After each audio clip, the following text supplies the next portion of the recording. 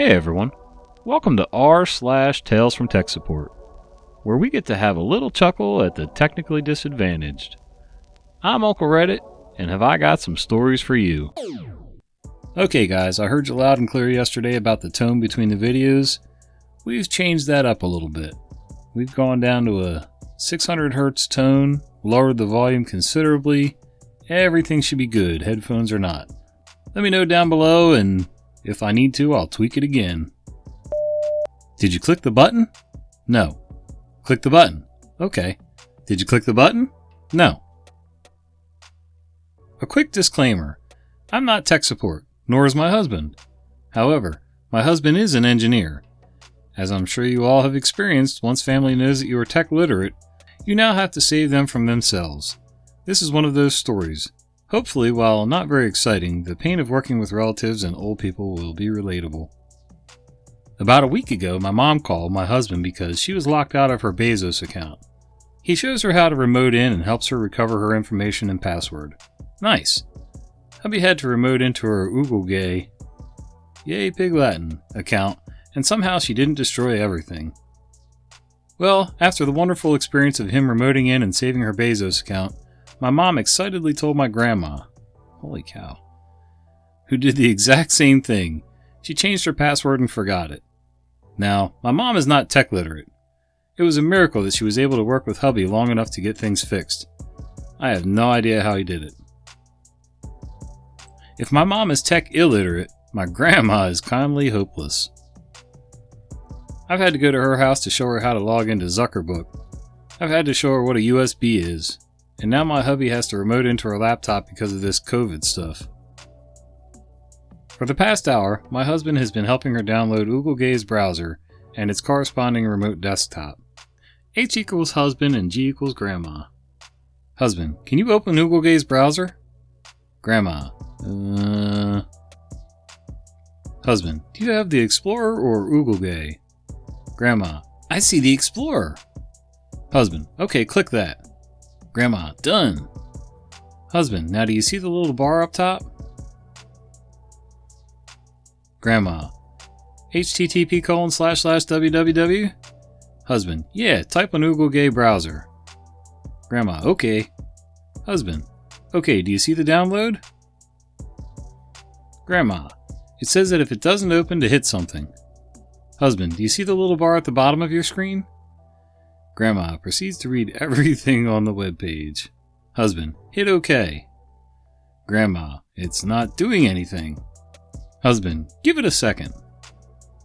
Oogle finishes downloading and hubby helps out setting it up. Now that she has Oogle's browser, it's time to download the remote desktop. Husband, do you see the download button? Referring to the remote desktop download. Grandma, no. Husband, do you see the line, set up remote access? Grandma, yeah. Husband, do you see the download button? It's a down arrow with a line underneath. Grandma, yes. Husband, click that. 30 seconds of silence. Husband, did you click the button? Grandma, no. Husband, okay, click the button with the down arrow. Silence. Husband, do you see the down arrow with the line under it? Grandma, no. Husband almost smashes his face into the keyboard. Then Oogle the remote desktop stuff again. He finds the App Store download. Husband, do you see a button in the top right that tells you to add it to your browser? Grandma, yes. She finally gets it installed. Now he's trying to get her into her Yeehaw account. Lord save him. I don't think I could be on the phone that long without actually having something to point to or whatever, without losing my mind. Think you could handle doing that over the phone? Blindly? Let me know in the comments. Don't disregard the instructions. This story is slightly unusual in that the person I was attempting to help was by no measure unfamiliar with technology. In fact, in the case of the particular system under discussion, he was far more familiar than I was, even if I had more experience with computer systems in general. This story pertains to an embedded system which runs a custom Linux distribution as its operating system. It requires periodical updates, which involve downloading some software from the manufacturer website and copying it to a USB stick. You plug this USB stick into the system and an option appears in the menu to perform the upgrade. From here, the upgrade is a fully automatic process. The person I was assisting duly downloaded and copied the relevant files, only to find out that the option to upgrade from the USB stick did not appear in the menu. I searched through all of the menus, can't find that option. I try rebooting the system, still can't find that option.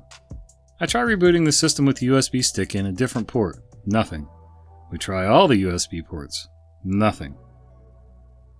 I finally look up the installation instructions. Step 1 is to download the software zip file. Step 2 is to unzip it and place the contents of the zip onto the USB stick. I will reiterate, everyone involved was very familiar with the concept of zip files, and with this type of situation in general. A suspicion dawns. I ask, did you read the installation instructions for this software? No. Me neither.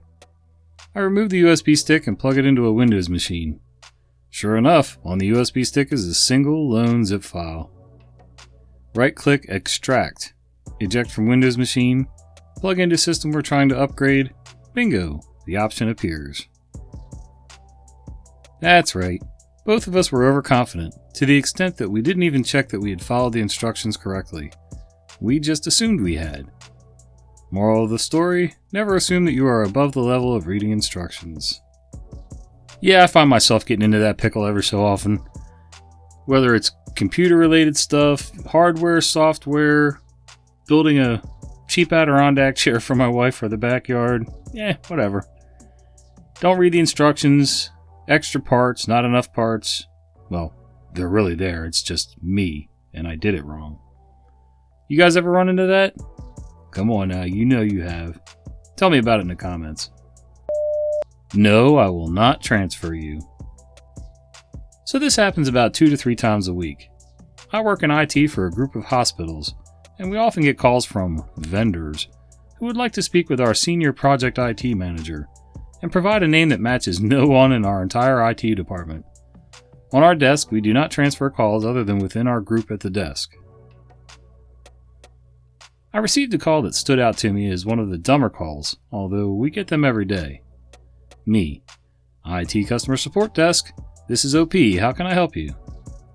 Vendor. Yes, I would like to speak with unknown user who is your senior project IT manager. Can you transfer me to them? Me. There is no one in our department by that name and I cannot transfer you or provide you with contact information for anyone. Vendor. Oh yes, but their name is... repeats previous information as if I'm suddenly going to find someone by that name. Me. I understand that, but there is still no one here by that name. And then they proceed to repeat the process until they finally understand. I hang up on them, or my personal favorite, on the slow days just keep wasting their time for as long as possible. I know this isn't a story, but I'm certain others get the pleasure of dealing with this on a weekly basis. Yeah, it's not too much different than the people calling to tell me about my car warranty. Yeah, ding dong. I haven't had a new car with a payment in freaking 25 years. What warranty? Love it. I thought it needed lubrication. So I am a sysadmin at a medium-sized manufacturing company. We have 3 people on our IT team and everyone is responsible for help desk, regardless of title. This is one of my favorite WTF moments. We use some pretty heavy-duty Zebra thermal label printers for QR-coded labeling / scanning in our facility. Each product we make gets one so it can be tracked / accounted for in the manufacturing process. User has the responsibility of printing a large number of these in preparation for production of said items. That's a mouthful. In my experience, these printers are absolute beasts. Barring user-based ID10T errors, they almost never fail on their own. Usually a user misfeeds the labels, which in turn transfer adhesives to the rubber rollers, which then become sticky and force the labels to catch on exit and spin around the roller rather than feeding out properly. This is further compounded by the fact that users like to use razor blades to remove the stuck labels, which destroys the rollers, leading to further issues.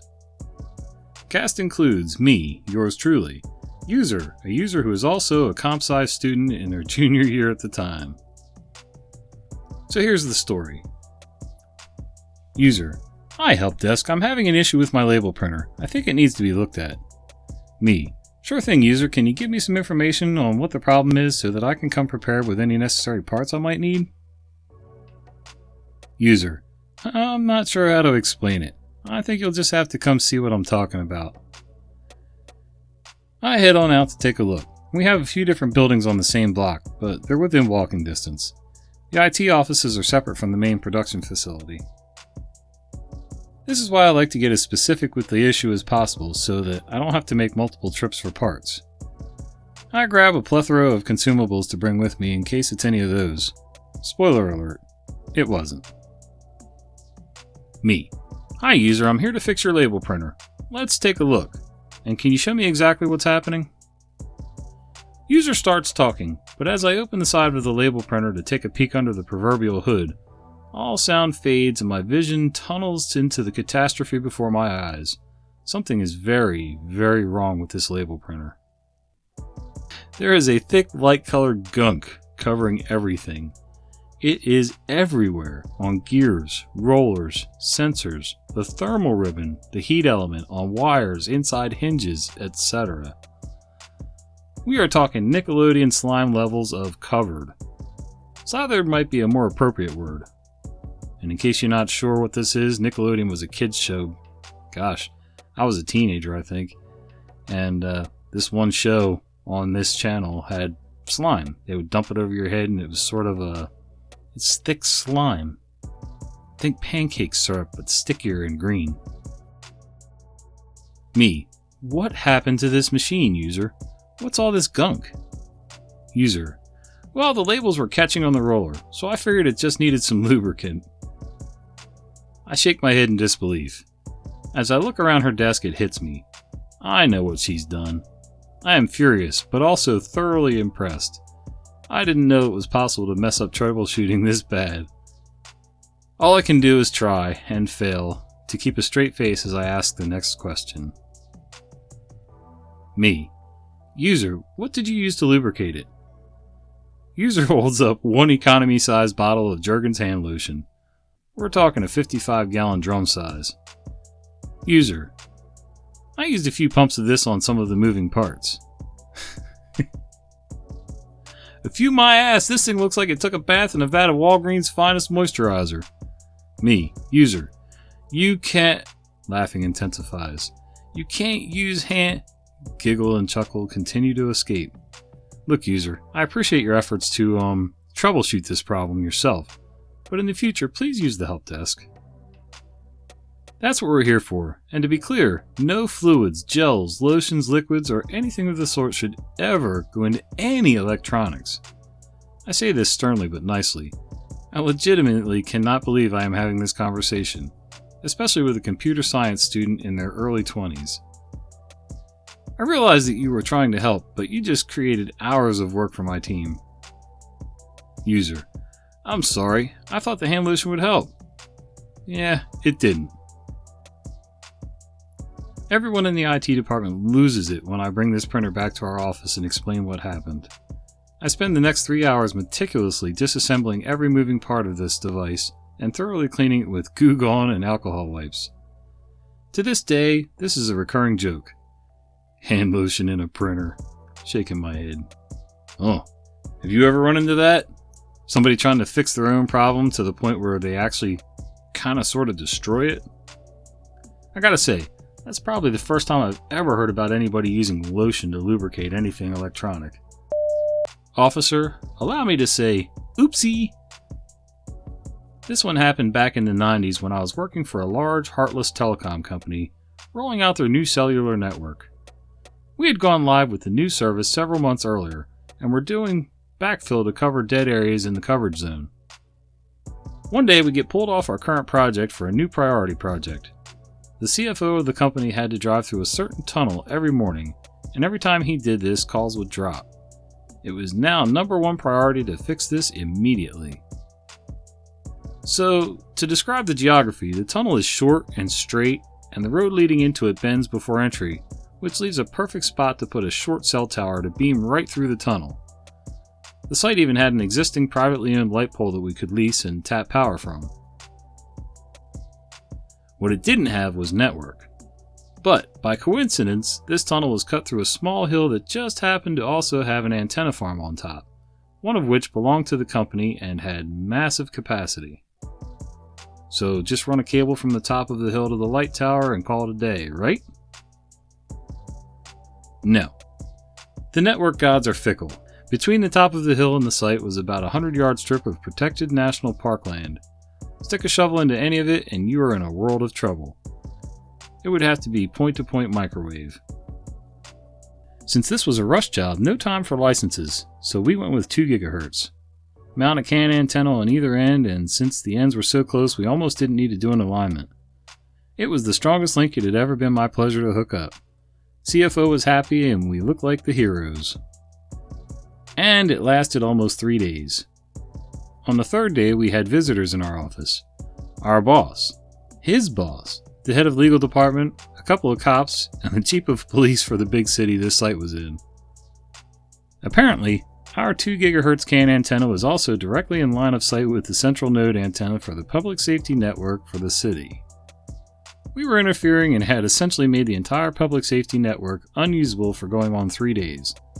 They were unhappy.